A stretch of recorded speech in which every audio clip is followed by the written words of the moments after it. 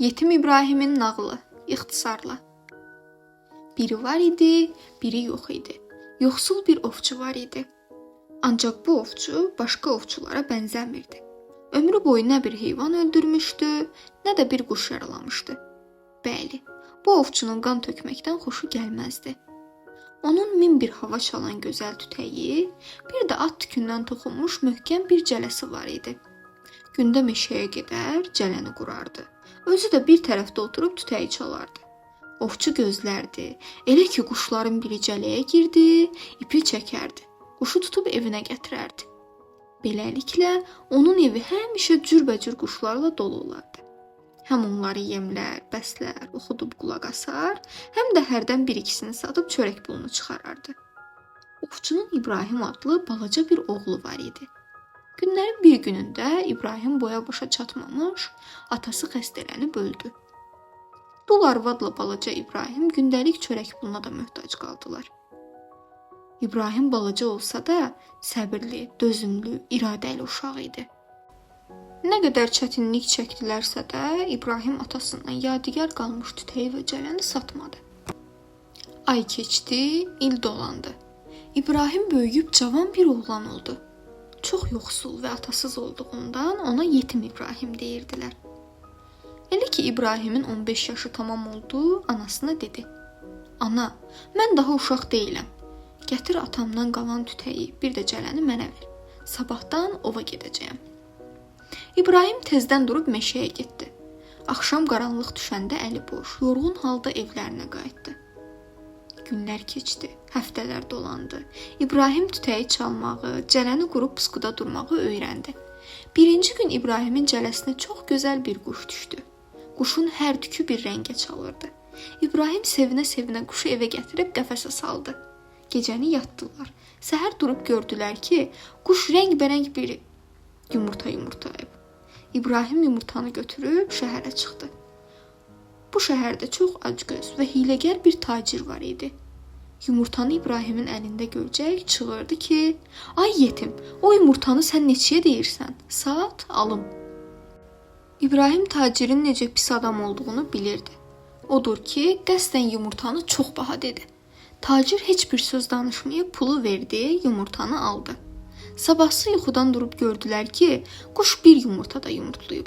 İbrahim bu yumurtanı da aparıb tacirə satdı. Bundan sonra quş hər gün bir yumurta yumurtlayırdı. İbrahim də aparıb tacirə satırdı, dolanırdılar. İbrahim çox ağıllı oğlan idi. O bilirdi ki, tacir bu yumurtadan xeyir götürməsə, belə baha qiymətə almaz. Buna görə də o taciri güdməyə başladı. Gördü ki, hiləgər tacir yumurtanı aparıb 1-ə 10 baha qiymətlə padşaha satır. Bugündən İbrahim yumurtaları daha tacirə satmayıb, birbaşa padşahın yanına aparmağa başladı. Beləliklə, müftə gəlir tacirin əlindən çıxdı. O İbrahimdən intiqam almaq üçün padşahın yanına gəlib dedi: "Padşah sağ olsun, sən niyə hər gün bu qədər pul verib bu yumurtaları alırsan? Yetim İbrahimin evində gözəl bir quş var. Bu yumurtaları verən həmin quşdur. Quşu İbrahimin əlindən al. Quş da sənin olsun, yumurtaları da." Söz padşahın ağlına batdı. İbrahimi çağırıb əmr elədi ki, evindəki quşu gətirib mənə verməlisən. İbrahim o saat başa düşdü ki, bu hiylə tacirdən keçib. Ona heç bir söz deməyib evə getdi. Quşu gətirib padşaha verdi.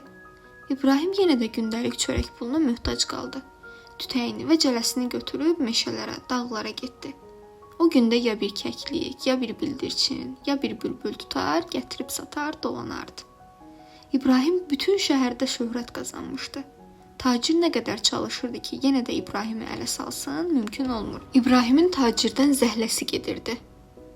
Günlərin birində tacir özünü padşahın yanına salıb dedi: "Padşah sağ olsun, bu quş təkdir, ürəyi sıxılır. Sən İbrahimi göndər, bunun yoldaşını da gətirsin." Padşah İbrahimi çağırıb ona 40 gün möhlət verib dedi: "40 günə kimi bu quşun yoldaşını da tutub gətirməsən, boynunu vurduracağam." İbrahim evə döndü. Cələni və tütəyi götürüb meşəyə getdi. Axır ki, min əzab əziyyətlə quşun yoldaşını tutub gətirdi, padşaha verdi.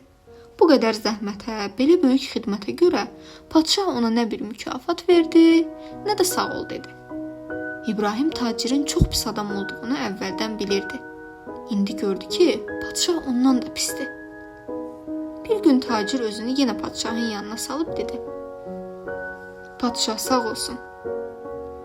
Dünya görmüş qoca kişilərdən soruşub öyrənmişəm ki, Ağ divin bağında Səməngül adlı bir gül var. Bu quşlar gərək ildə bir dəfə həmin gülü qoxlayalar. Əgər qoxlamasalar, ölərlər." Padşah İbrahimi çağırdı ki, gərək gedib Ağ divin bağından Səməngülü gətirəsən, yoxsa mənim quşlarım ölər. İbrahim baxdı ki, bu padşah doğrudan da lap axmaqdır. Axmaqdan da hər şey gözləmək olar. Odur ki, daha bir söz deməyib evlərinə gəldi.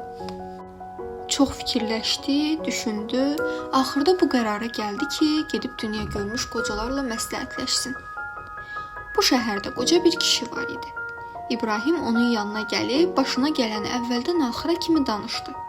Qoca çox diqqətlə qulaq asıb dedi: "Oğlum, bunlar hamısı o tacirin işləridir. Sən yumurtaları ona satmadığın üçün əlindən böyük bir qazancı çıxıb. O, indi səndən bu heyvi almaq istəyir.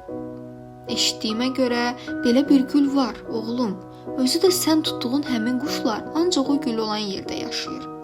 Deyirlər ki, elə Ağ div də o gülü öz bağında saxlayır ki, həmin quşlar həmişə onun bağında olsunlar." Qoca bağın hansı tərəfdə olduğunu dedi, necə getmək lazım olduğunu öyrətdi. Üstəlik bunu da dedi ki, sən gərək elə edəsən, div səni görməsin. İbrahim qocanın bütün dediklərini yadında saxlayıb evlərinə gəldi. Hazırlıq görüb yola düşdü. Gecəni gündüzə qatdı, gündüzü gecəyə. Az getdi, çox getdi, dərə-təpə düz getdi, axırda gəlib Ağ divin bağına çatdı. Bağın hasarı o qədər uca idi ki, aşmaq mümkün değildi. İbrahim başladı qapını axtarmağa. O bağın qapısını min əziyyətlə tapdı. Ancaq bu qapını nəinki İbrahim, heç böyük pəhləvanlar da aça bilməzdi. Qapının yanında oturdu. Çox yorğun olduğundan yuxu onu tutdu. Xeyli yatdı. Birdən gürültünün səsinə yuxudan ayıldı. Tez durub yanındakı konun dalında gizləndi. Div İbrahimi görmədi. Qapını açıb içəri girdi. İbrahim də onun dalınca özünü bağa saldı. Yaxındakı ağacların dalında gizləndi. O bütün gecəni bağda qaldı.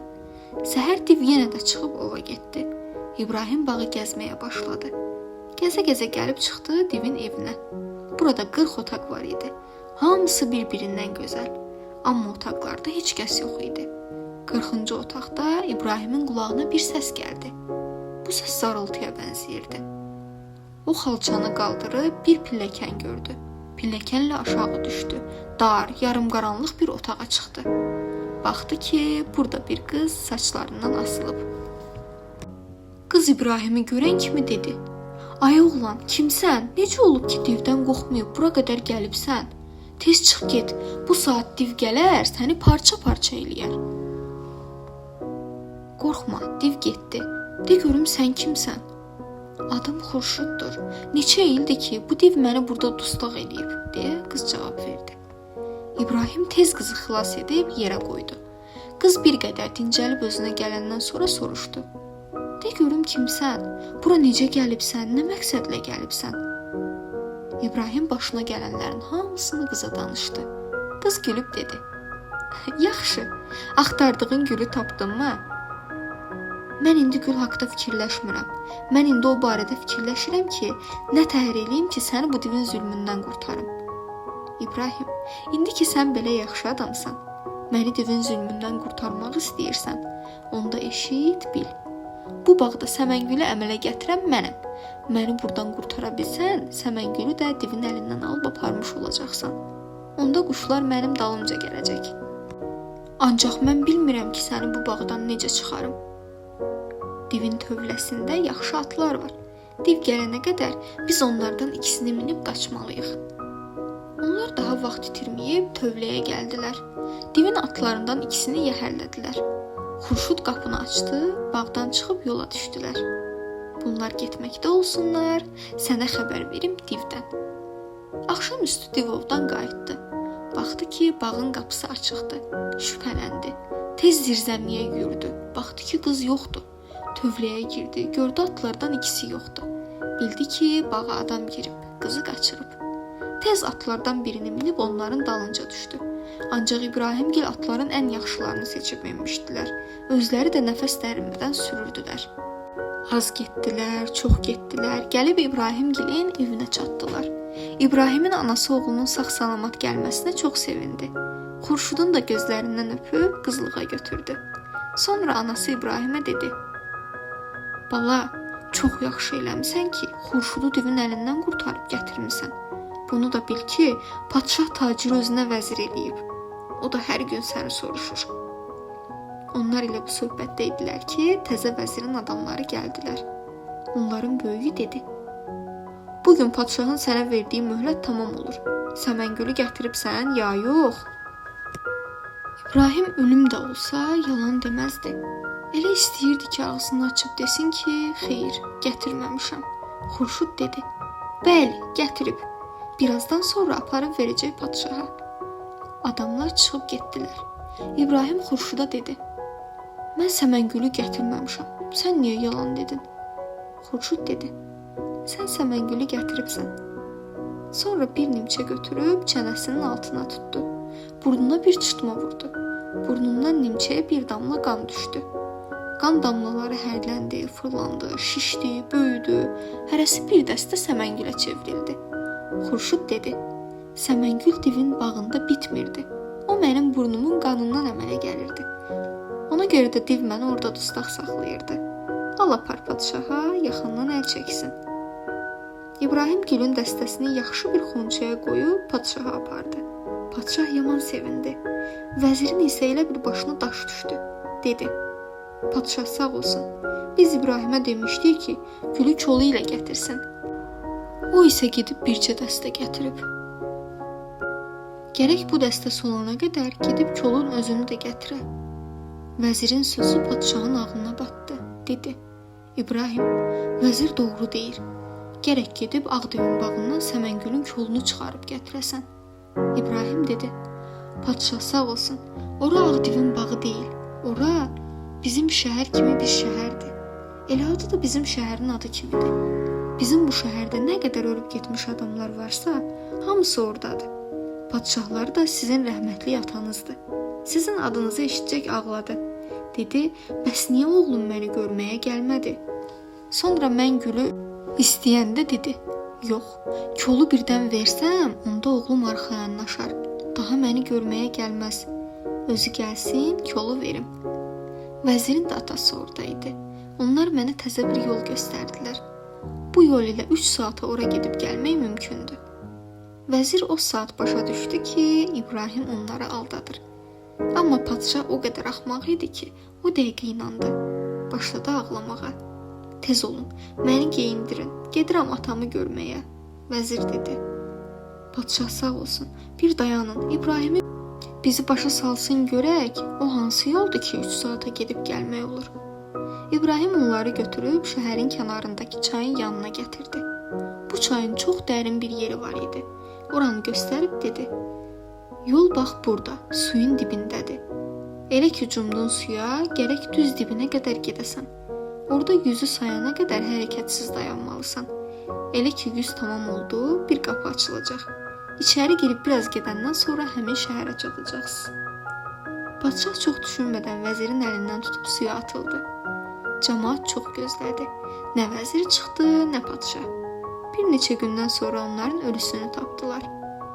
İbrahim axmaq padşahın və hiyləgər